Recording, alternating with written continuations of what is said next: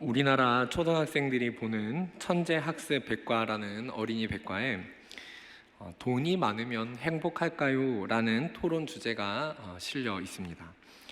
초등학생들이 토론을 할 수 있게 만든 주제인데 돈이 많으면 과연 행복할까라는 내용으로 찬성과 반대의 어떤 입장을 예시로 이렇게 적어 놓았습니다. 우리 성도님들은 어떻게 생각하실까요?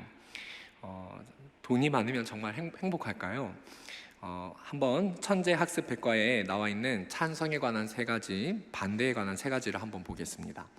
돈이 많으면 행복할까요? 첫 번째, 찬성입니다. 인간답게 살아가기 위해 필요한 의식주를 마련하려면 돈이 반드시 있어야 합니다. 돈이 없다면 의식주에 불편함이 많고 행복하기 어려울 것입니다. 어떻습니까? 두 번째 찬성 예시는 이렇습니다. 두 번째, 돈이 있으면 필요한 물건을 구입하거나 원하는 활동을 할 수 있으므로 삶이 더욱 윤택해집니다. 삶의 질은 행복과 밀접한 관계가 있습니다. 자, 다음 세 번째 보겠습니다. 돈 문제로 꿈을 포기하는 경우가 많습니다. 돈으로 공부, 사업, 기부 등을 할 수 있으므로 사람들은 자아 실현을 하며 행복해질 것입니다. 어떠신가요? 이 내용에 동의가 되시나요? 그렇다면 반대에 관한 세 가지도 한번 보겠습니다. 돈이 많으면 행복할까요? 반대 첫 번째, 세상에는 돈으로 살 수 없는 중요한 가치들도 많습니다. 건강, 지식, 걱정이 없는 삶 등과 같은 행복은 결코 돈으로 살 수 없습니다. 다음 두 번째는 이렇습니다. 일정 소득이 넘으면 돈과 행복은 비례하지 않습니다. 소득이 늘어나더라도 더 많은 돈을 바라거나 다른 사람과 비교를 하게 되면 여전히 행복하지 않을 것입니다. 어떠신가요? 마지막 세 번째 반대를 보겠습니다. 돈을 버는 과정에서 생기는 스트레스와 질병, 주변인과의 관계가 소홀해지거나 여가 생활을 누리지 못하면 불행해질 수 있습니다. 자, 여기까지 반대에 대한 예시입니다. 어떠신가요? 아마 각자 나름대로 생각이 있으시고 동의가 되는 부분도 있으시겠죠. 이 내용이 초등학생들이 읽어보며 토론을 하는 내용인데 우리 모두 각각 맞다고 생각하는 그런 내용들이 있으실 겁니다. 정말로 돈이 많으면 행복할까요? 오늘날 많은 사람들이 이 주제에 대해서 과연 그럴까 그 해답을 찾기 위해서 많은 글들을 쓰기도 하고 방송도 하고 연구를 합니다. 1970년대에 미국의 리처드 이스털린이라는 경제사학자가 돈에 관한 연구에서 이 같은 이론을 제시하기도 했습니다. 이렇습니다. 소득이 일정 수준을 넘어 기본 욕구가 충족되면 소득이 증가해도 행복은 더 이상 증가하지 않는다. 어떠신가요, 성도 여러분? 세상에 많은 사람들은 정말로 돈이 행복을 주는가? 돈이 많아지면 인간의 삶은 행복할까? 라는 질문에 대해서 많은 생각을 합니다. 아마 우리 성도님들도 각자가 가진 대답이 있으실 겁니다. 그런데 오늘날 우리가 이런 부분을 대답을 하기에는 참 어렵습니다. 왜냐하면 오늘날 지금 이 시대 속의 한국 사회에서 물질로 살아간다는 것은 참 어려운 국면을, 어려운 시기를 지나고 있기 때문입니다. 코로나가 지나는 동안 한국에서는 통계적으로 보아도 전 국민적으로 가계 부채가 늘어났고요.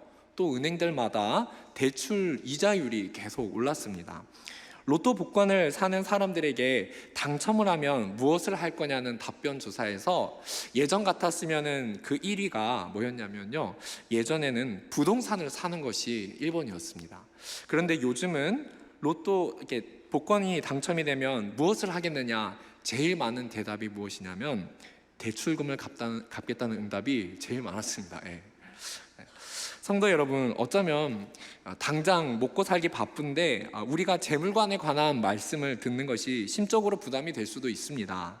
하지만 우리가 소망을 가지고 기대해야 하는 것은 우리가 물질적으로 어려운 시기를 거치면은 정말 써야 할 곳들이 분명하게 정말로 물질을 어디다 써야 될지가 구분된다는 것이지요.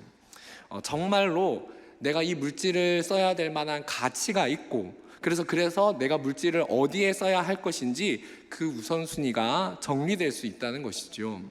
그래서 우리는 그런 시기 속에서 우리의 물질관의 방향이 어떠해야 할지를 정리할 수 있는 그런 기회로 삼을 수도 있겠습니다. 오늘 함께 이 시대를 살아가는 그리스도인은 어떠한 재물관을 가져야 하는지 하나님 말씀 듣기를 원합니다. 성도 여러분, 그리스도인이 가져야 할 재물관은 무엇입니까? 우리 첫 번째 같이 읽어보실까요? 재물은 참된 만족을 주지 못합니다. 우리 10절을 읽어보겠습니다. 은을 사랑하는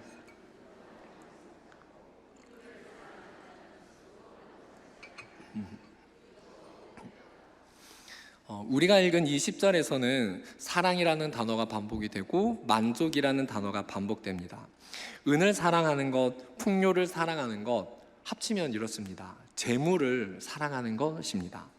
그래서 이 말씀은 요약하자면 이렇습니다.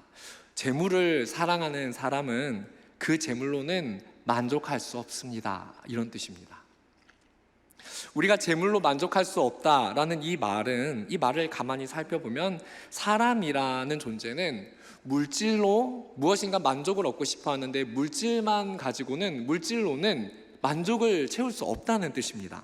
만족을 그렇게 물질로 채울 수 있는 존재가 아니라는 것이죠. 다시 말해서 우리의 심령은, 사람이라는 존재는 만족을 얻기 위해서 물질이 아닌 다른 무언가가 채워져야 하는 존재라는 것입니다.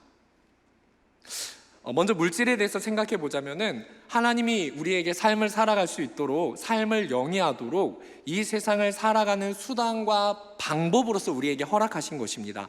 그래서 돈이라고 하는 그것은 도구인 것이지 돈이 우리의 삶의 목적이 될 수는 없습니다. 어떠한 목적을 이루기 위한 수단이 될 수는 있지만 돈 자체가 목적이 될 수는 없습니다. 그리고 그 돈이 사랑의 대상이 될 수는 없는 것이지요. 만약 돈이 사랑의 대상이 되고 돈 자체가 목적이 되기 시작할 때는 돈 자체에서 만족을 얻으려고 시도하게 됩니다. 그래서 돈을 사랑한다 하는 것은 우상숭배라고도 할 수 있습니다. 디모데전서 6장에서는 이렇게 말하기도 합니다. 돈을 사랑함이 일만악의 뿌리가 되나니 이것을 탐내는 자들은 미혹을 받아 믿음에서 떠나 많은 근심으로써 자기를 찔렀도다. 그래서 우리는 돈이라는 것을 대할 때 그것이 도구에서 목적으로 바뀌지 않도록 주의해야 하는 것이지요. 말씀에서는 분명히 우리는 은으로도 풍요로도 만족을 얻을 수 없다고 합니다.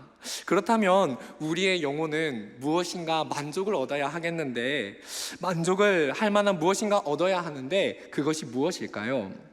전도서 3장 11절을 보면은 사람에 대해서 이렇게 이야기합니다. 하나님이 모든 것을 지으시되 때를 따라 아름답게 하셨고 또 사람들에게는 영원을 사모하는 마음을 주셨다고 합니다. 하나님은 우리를 창조하실 때 영원을 사모하는 존재로 만드셨습니다. 다시 말해 우리가 이 세상을 살아가는 동안은 영원한 것이 아니면은 우리 영혼은 참된 만족을 얻을 수 없다는 것이죠. 돈이라는 것은 한시적으로 있다가 사라지고 없어지는 것이고 변하기도 하는 것이기 때문에 우리가 돈에게서 만족을 얻을 수 없는 것입니다. 돈이라는 것은, 물질이라는 것은 영원한 것이 아니기 때문입니다. 그렇다면 우리 영혼에 참된 만족을 주는 영원한 것은 무엇입니까? 그것은 크게 세 가지 정도를 말할 수 있습니다. 첫 번째는 우리가 신앙을 고백하는 하나님이십니다. 왜냐하면 하나님이라는 존재, 하나님 그분께서 영원한 존재이시기 때문입니다. 그리고 두 번째는 영원한 하나님의 나라입니다. 영원하신 하나님께서 세우신 하나님의 나라는 영원한 것이기 때문에, 그래서 우리는 하나님의 나라를 바라보면서 삶을 살아가게 될 때에 우리 영혼의 만족을 누리게 됩니다. 세 번째는 그리스도께서 우리를 위해 죽으시고 부활하심으로써 원래는 우리 육체가 썩어 없어져야 되고 부활을 입을 수 없는데 우리가 영원한 생명을 얻게 된 것입니다. 그래서 그리스도 안에서 우리가 구원과 영생에 대한 사실을 확신하게 될 때에 우리의 영혼은 만족을 누리게 된 것입니다. 영원한 것은 오직 하나님께 속한 것입니다. 우리는 영원한 하나님을 믿고 영원한 하나님 나라의 백성이 되어서 영원한 생명을 날마다 누리면서 살아갑니다. 그리고 영원한 하나님 나라의 비전을 위해 일하는 하나님 나라의 일꾼이요 사명자로 살아갑니다.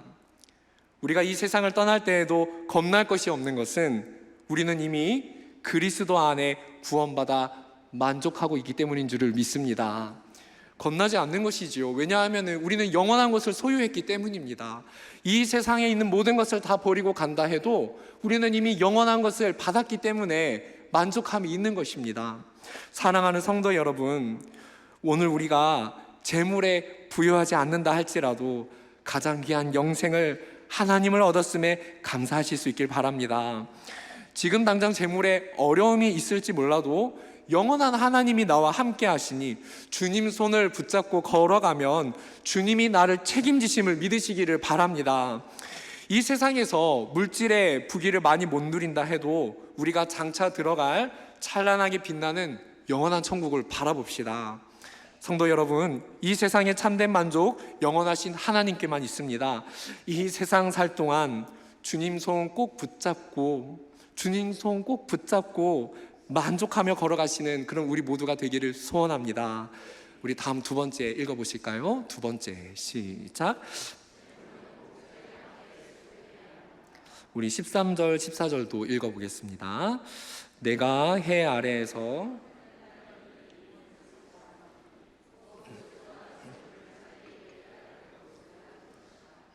그 재물이 재난을 당할 때 없어지나니 비록 아들은 낳았으나 그 손에 아무것도 없느니라. 아멘. 오늘 13절의 말씀의 뒷부분에서 이렇게 말합니다. 재물을 자기에게 해가 되도록 소유하는 것이 큰 패단이다 라고 합니다. 이 말의 뜻은 해가 되도록 재물을 움켜쥐고 있는다, 그것을 지키려고 해가 되도록 재물을 더더 소유하려고 하고 필요 이상의 재물을 자꾸만 움켜쥐고 있으려 한다, 그런 의미로 볼 수 있습니다. 지금 자신의 삶에 주어진 모든 것에 있어서 이제 필요한 모든 것을 채우는 그 이상으로 그것을 계속 영원히 소유하려 한다는 것이죠. 그런 재물은 갑작스러운 재난, 생각지 못한 사고를 당하면 사라질 수 있으니 해가 된다는 것입니다. 그런데 재물을 주시는 물건은 누구에게 있습니까? 하나님의 주권에 있습니다. 물건은 하나님의 주권에 있습니다. 사람이 재물이 많든 적든 소유하게 되는 것은 하나님의 주권과 허락이 없으면 불가능한 일입니다. 따라서 갑작스런 재난으로 재물이 사라진다는 것은 하나님이 거두어 가신다는 것을 의미합니다. 하나님이 재물을 거두어 가신다면 왜 거두어 가실까요? 그 이유는 간단합니다. 그 재물이 하나님의 목적에 맞게 쓰이지 않기 때문입니다. 하나님께서는 자기의 영광을 너무나도 아끼시는 분이십니다. 그래서 사람에게 주신 물질이 하나님의 뜻에 부합하지 않을 때는 기다리시다가 언제든지 때가 되면은 거두어 가실 수 있는 분이십니다. 물론 하나님께서 욥처럼 그 사람을 연단하시기 위해서 시험으로 고난을 주시는 경우도 있는데 그런 경우는 예외의 경우입니다. 14절을 다시 보시면 이렇게 말합니다.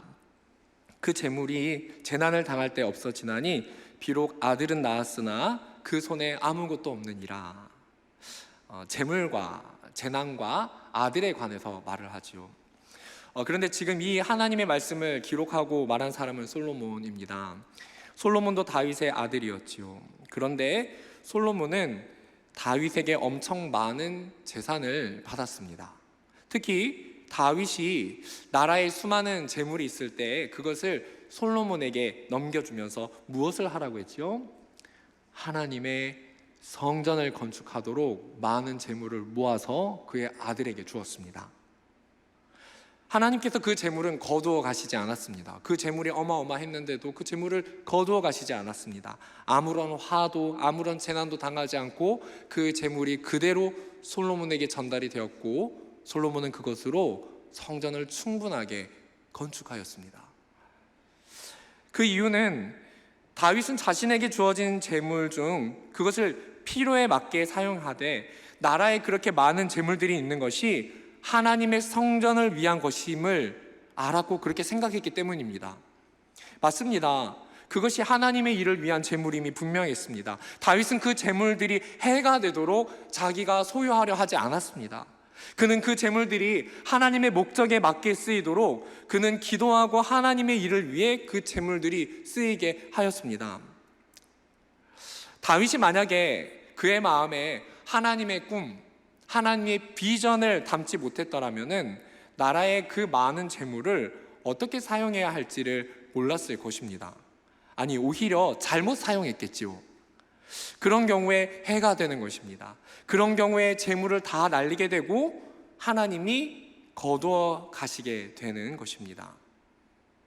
종종 복권에 당첨되어서 아주 큰 거금을 한 방에 얻은 사람들이 망했다는 뉴스를 보곤 합니다. 실제 있었던 일인데 어떤 이가 200억 가량의 당첨금을 받았지만 주식 투자를 하려고 더 모으려고 더 움켜쥐려고 주식 투자를 했다가 돈을 다 날리고 결국에 사기 행각을 벌이다가 쇠고락을 차게 됐다는 것입니다. 2014년에 있었던 실화입니다. 그에게 왜 그렇게 돈을 다 날리게 되었는가 물어보니까 뭐라고 대답을 했는 줄 아십니까? 이렇게 대답을 했다고 합니다. 갑작스럽게 돈이 생기다 보니까 이걸 어떻게 써야 할지 몰랐습니다.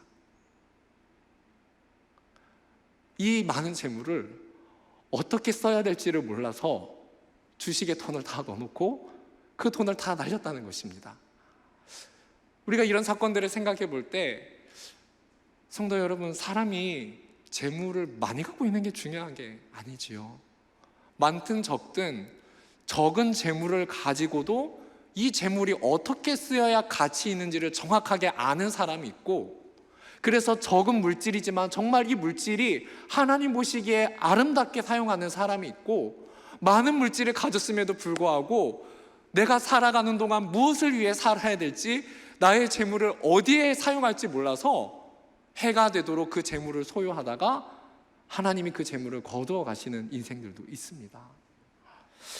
해가 되도록 소유한다는 것은 이와 같은 것이지요. 참으로 안타깝지 않습니까? 이처럼 우리에게는 돈이 그저 많은 것 자체가 중요하지 않습니다. 주어진 돈을 그저 움켜쥐려 하거나 더 소유하려 하지 않고 이 돈을 적법하게 어떻게 사용할지를 아는 지혜가 우리에게는 필요한 것입니다. 그럴 때 하나님은 이 물질을 거두어 가시지 않으시고 이 재물을 통해 하나님의 뜻과 비전을 우리의 삶에 이루어 가십니다. 사랑하는 성도 여러분, 우리에게 재물이요 너무 많아도 좋은 것이 아닙니다. 그리고 또 적다고 나쁜 것도 아닙니다. 중요한 것은 하나님이 지금 내게 주신 그 재물을 하나님 앞에 바르게 사용할 줄 아는 지혜가 있으면 바로 그것이 좋은 것인 줄을 믿으시기를 바랍니다. 우리가 남들보다 더 많이 벌지 못하나 내가 더 많이 벌지 못했나 그런 경쟁심을 느끼는 것보다 더 중요한 것은 우리가 이 돈을, 내가 지금 이 물질을 하나님 보시기에 가치 있게 쓰고 있느냐 하는 것이 훨씬 더 중요합니다. 이 세상에 많은 사람들은 그렇게 살아갑니다. 남들보다 더 잘 보이기 위해서 더 가진 것처럼 보이려고 달려가는 그런 모습들을 합니다. 그런데 세상에 많은 사람들이 더 소유하려고, 해가 되도록 더 소유하려고 하다가 하나님의 비전 없이, 영원한 것 없이 그렇게 살아가다가요 소중한 것을 놓치게 됩니다. 요즘 최근에 한국인들의 의식조사에서 좋은 죽음에 대해서 조사를 했는데, 좋은 죽음, 어떻게 우리는 좋은 죽음을 맞이할 것인가 조사를 했는데 그 1위가 무엇이었는 줄 아십니까? 가족들이랑 의미 있게 시간을 보내다가 죽음을 맞이하는 것이었습니다. 그런데 만일 오늘날 세상의 사람들이 그저 더 소유하려고 애를 쓰다가 하나님이 그 재물도 다 거두어 가주시고 이 세상의 인생의 마지막에 가족들과 남긴 나에게 소중한 시간이 없었다면 얼마나 비참해질까요? 우리는 그리스도인들인데요, 그저 더 소유하려고 살다가 하나님을 더욱 사랑하며 우리가 그렇게 살지 않으려고 우리가 발버둥 치면서, 그래 하나님께서 나에게 영생을 주셨는데 내 평생 주신 이 물질을 가지고 만족하면서 하나님을 사랑하며 하나님을 위해 물질을 사용하고 내 가족을 사랑하고 내 이웃을 사랑하면서 사랑을 누리기 위해 그 물질을 사용하고 만족한다면은, 우리가 주변을 돌아보면서 가치 있게 인생을 살며 물질을 사용하며 살아간다면은 그 인생이 바로 그 인생이 아름다운 인생이 아닐까요? 사랑하는 성도 여러분, 더 소유하지 않아도 괜찮습니다. 남들이 누리는 것을 내가 다 누리지 않아도, 남들이 가진 만큼 다 가지지 않아도 우리는 이미 충분히 행복한 삶을 살아갈 수 있습니다. 특히 우리가 주의해야 됩니다. 또 살다 보면 자녀들 간의 재산 분배 문제에서 예민해질 때가 있습니다. 회사에서 영업장에서 더 수익을 내고자 하는 문제 때문에 우리가 그런 일들을 마주할 때 조금이라도 흔들릴 때에 우리가 중심을 바로 잡아야 할 것입니다. 사랑하는 성도 여러분, 오늘 나는 내게 주신 재물로 하나님 앞에 의미 있는 삶을 살기를 원하십니까? 더 소유하려기보다 아름답게 하나님의 목적에 맞게 나누며 가치 있는 삶을 사시기를 바랍니다. 우리 마지막 세 번째를 함께 읽어보겠습니다. 시작.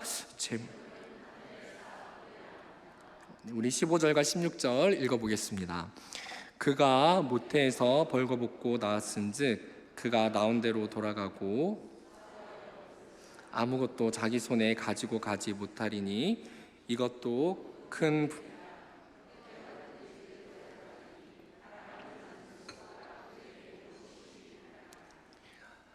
지금 읽은 15절의 내용은 성경의 다른 곳에서도 비슷한 내용으로 한번 나온 적이 있습니다. 누군가 이 대사를 비슷하게 말했는데요. 그것이 누구냐면 욥입니다. 욥기 1장 15절에 욥이 이런 말을 했습니다. 이르되 내가 모태에서 알몸으로 나왔은즉 또한 알몸이 그리로 돌아가올지라 하면서 주신 이도 여호와시오 거두신 이도 여호와시오니 여호와의 이름이 찬송을 받으실지로다 합니다. 지금 욥의 이 고백은 하나님이 욥을 시험하시기 위해 사고를 주시고 그래서 모든 재산을 다 잃게 하시는 때에 바로 그때의 욥이 한 고백입니다. 우리는 이 구절에서 욥이 가졌던 재물관을 알 수 있습니다. 재물은 애초에 자신의 것이 아니라 하나님이 자신에게 주신 것임을 알았습니다. 그리고 이 재물은 자신이 이 땅을 떠날 때에 욥 자신이 가지고 갈 것이 아니라는 것을 너무나도 정확하게 알고 있었습니다. 그리고 욥은 이미 영원한 하나님의 나라를 바라보고 있었습니다. 그래서 그는 내가 이 땅에 알몸으로 왔기 때문에 주신 분도 하나님이시고 가져가시는 분도 하나님이시기 때문에 나는 원래 알몸으로 왔기 때문에 나중에 알몸으로 하나님께 돌아간다 고백합니다. 그렇습니다. 물질이라는 것은 영원한 것이 아닐 뿐더러 이 땅에서 잠시 누리고 사용하는 도구인 것이지요. 그래서 물질이라는 것은 이 땅에 쌓아두면 좀과 동록이 해하고 도둑이 가져간다고 예수님이 말씀하셨습니다. 그리고 동시에 말씀하시기를 그렇기 때문에 재물을 하늘에 쌓아두라 말씀하셨습니다. 마태복음에 이렇게 말씀하셨습니다. 너희를 위하여 보물을 땅에 쌓아두지 말라. 거기는 좀과 동록이 해하며 도둑이 구멍을 뚫고 도둑질하느니라. 오직 너희를 위하여 보물을 하늘에 쌓아두라. 거기는 좀이나 동록이 해하지 못하며 도둑이 구멍을 뚫지도 못하고 도둑질도 못하느니라. 이어서 예수님은 이렇게 말씀하십니다. 사람이 두 주인을 섬길 수 없다시면서 재물과 하나님을 겸하여 섬길 수 없다고 하셨습니다. 그리고 재물로 인해서 염려하는 우리를 향하여 무엇을 먹을까, 무엇을 마실까 염려하지 마라 하셨습니다. 우리는 하늘의 새보다 들의 백합화보다 더 귀히 여기시는 하나님의 자녀이기 때문에 주님께서 책임지신다고 말씀하셨습니다. 그러면서 내일을 염려할 수밖에 없는 우리를 향해서 이 말씀을 주셨지요. 우리 함께 읽어보겠습니다. 그런즉 너희는 먼저 그의 나라와 그의 의를 구하라. 그리하면 이 모든 것을 너희에게 더하시리라. 아멘. 사랑하는 성도 여러분, 오늘 우리가 살아가는 이 시대가, 그런데 이 날들이 물질 염려 안 할 수 없습니다. 그렇지요? 네, 맞습니다. 그래서 주님은 우리에게 강압적으로 주를 위해 살라고 하지 않으셨습니다. 하나님은 우리에게 먼저 우리를 존귀한 자녀라고 하셨고요, 그래서 우리를 반드시 책임진다고 하셨습니다. 성도 여러분, 그렇기 때문에 내일을 위해 너무 염려치 마시고 주님께 맡기실 수 있기를 바랍니다. 그리고 그 물질에 대한 염려 때문에 절대 주님과 이 동행하는 것을 놓치지 않으시기를 바랍니다. 그 물질의 문제마저도 우리 주님께 상의드리고 주님의 길을 구합시다. 그리고 주님과 나와의 관계에서 지금 내가 순종해야 할 일과 지금 내가 감당해야 할 하나님의 일이 있다면 먼저 그의 나라와 의를 구하여서 주님이 내 삶을 책임지시는 것을 경험케 되기를 소원합니다. 성도 여러분, 우리 모두 하나님이 기뻐하시는 재물관을 가져서 하나님 안에 참된 만족을 누리며 내일을 걸어가시는 성도님들 되시기를 주님 이름으로 축복합니다.